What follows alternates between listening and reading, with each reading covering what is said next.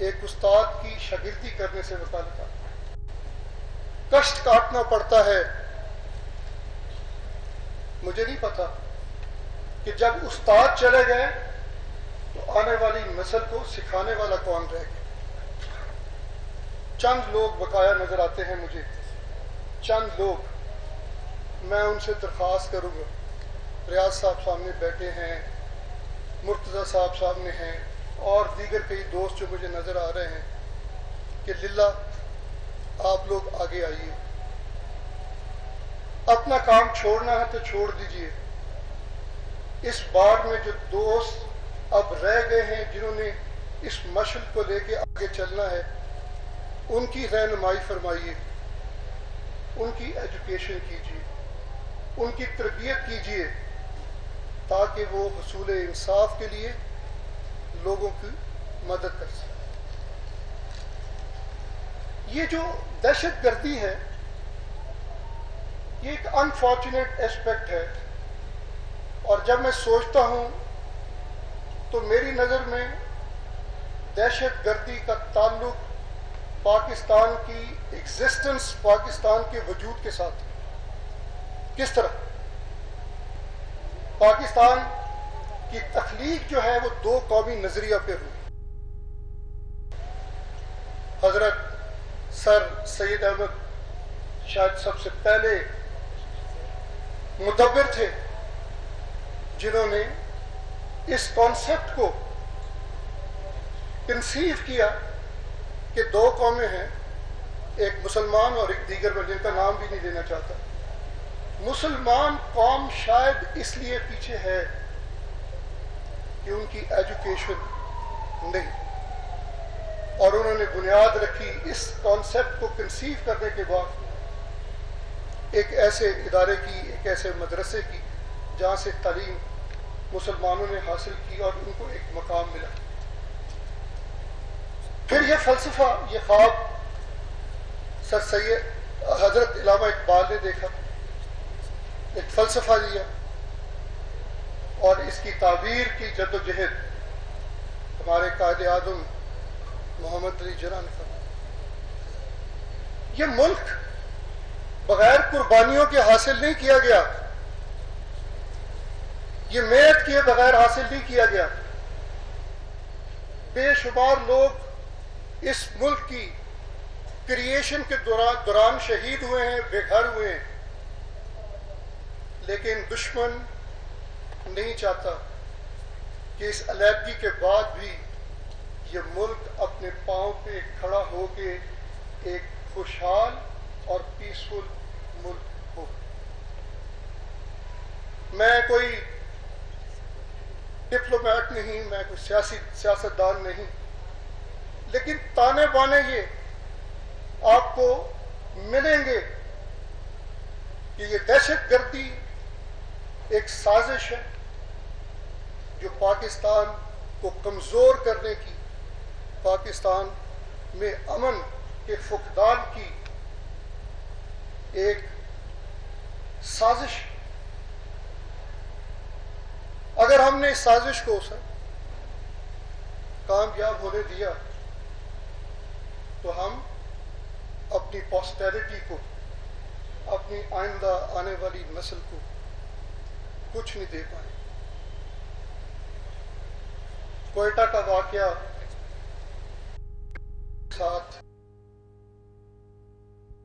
واقعہ میرے بھائیوں کے ساتھ، میرے اپنوں کے ساتھ، میری برادری کے ساتھ ہوا، لیکن آپ غور فرمائیے کہ یہ واقعہ اکیلا نہیں، دہشت گردی کے واقعات پاکستان میں کئی اور جگہوں پہ بھی ہوئے۔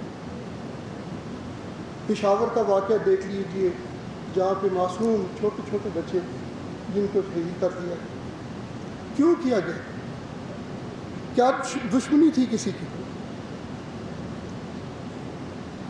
لاہور میں چند ماہ پہلے ایک واقعہ ہوا، کئی لوگ شہید ہو گئے۔ چند ہفتے پہلے مطلب میرے کہنے کا جو اصول ہے وہ یہ ہے کہ ہمیں اس جنگ کو لڑنا ہے اس جنگ کو حوصلے کے ساتھ لڑنا ہے. اس جنگ سے ہمیں گھبرانا نہیں, اس جنگ سے ہمیں کمزور نہیں کرنا, مگر یہ جنگ سر قوم کو لڑنی ہے من حیث تمام دوستوں کو لڑنی ہے. ہر آدمی نے اس میں اپنا ایک کردار ادا کرنا ہے, اپنا ایک حصہ ڈالنا ہے. آپ کو حصہ ڈالنا ہے, مجھے حصہ ڈالنا ہے, انسٹیٹیوشنز کو حصہ ڈالنا ہے, لا انفورسنگ ایجنسیز کو حصہ ڈالنا ہے, وہ ادارے جو انفارمیشن کلیکٹ کرتے ہیں ان کو حصہ ڈالنا ہے, جو انویسٹیگیٹ کرتے ہیں ان کو حصہ ڈالنا ہے.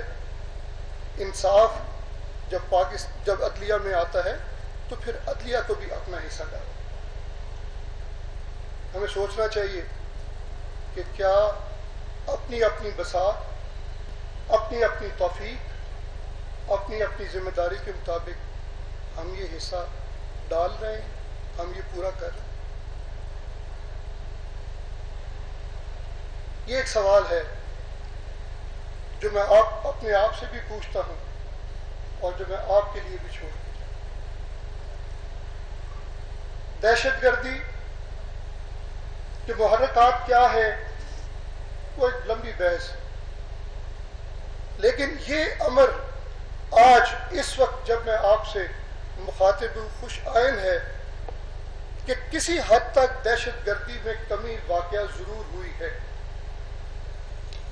اور یہ ایک کلیکٹیو ایفرٹ کا نتیجہ ہے, یہ ان کلیکٹیو قربانیوں کا نتیجہ ہے جس میں بدرجہ اتم جو وکلا کوئٹہ ہے جنہوں نے شہادت دی, یہ ان کی کنٹریبیوشن ہے towards the mitigation of the terrorism in Pakistan, which today I believe is lesser than as it used to be.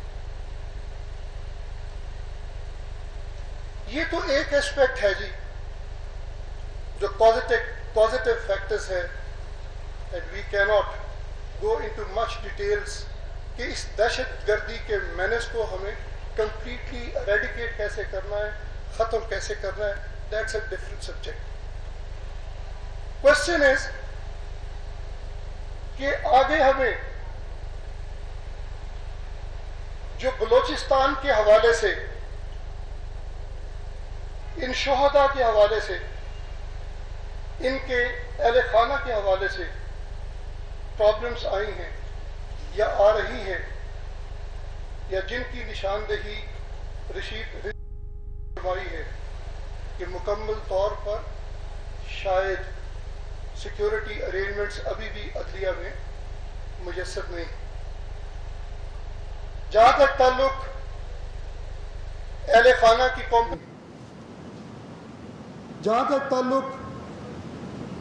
اہل خانہ کی کمپنسیشن کا ہے سر, منی اور compensation in terms of money is not compensation at all. That's a sustenance allowance which one needs. Qazi Faez عیسیٰ صاحب کی report بڑی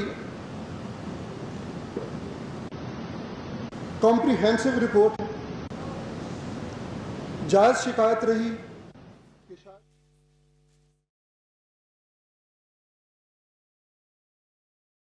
جناب محترم آصف سعید خان کھوسہ صاحب جو کہ اس بینچ کو ہیڈ فرما رہے ہیں, ان سے بات ہو رہی تھی تو انہوں نے یہ مجھے فرمایا کہ سبسٹینشیل کمپلائنس غالباً اس رپورٹ کی ہو گئی, پارٹلی رہ گئی ہے, لیکن ہم اپنی ذمہ داری سے پہلو تہی نہیں کریں گے, اور انشاءاللہ جو نان کمپلائنٹ پارٹ ہے وہ بھی انشاءاللہ تعالی عدلیہ ہی کمپلائمنٹ کرے.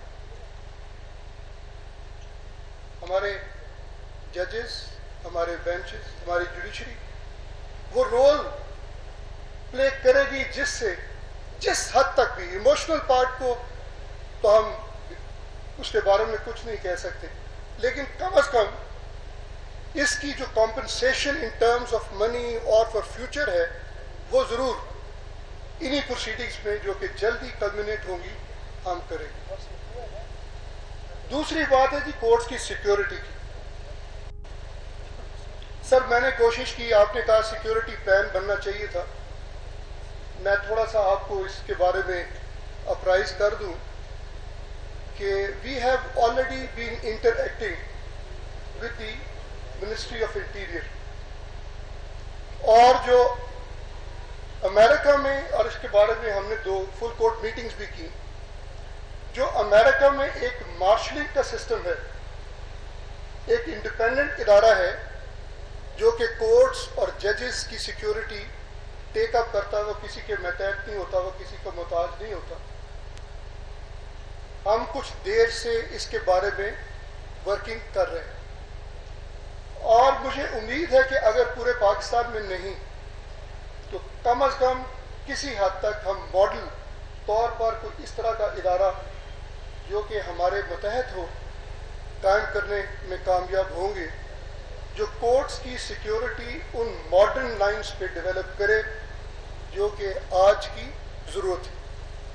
لیکن سر ایک چیز میں آپ کو عرض کر دوں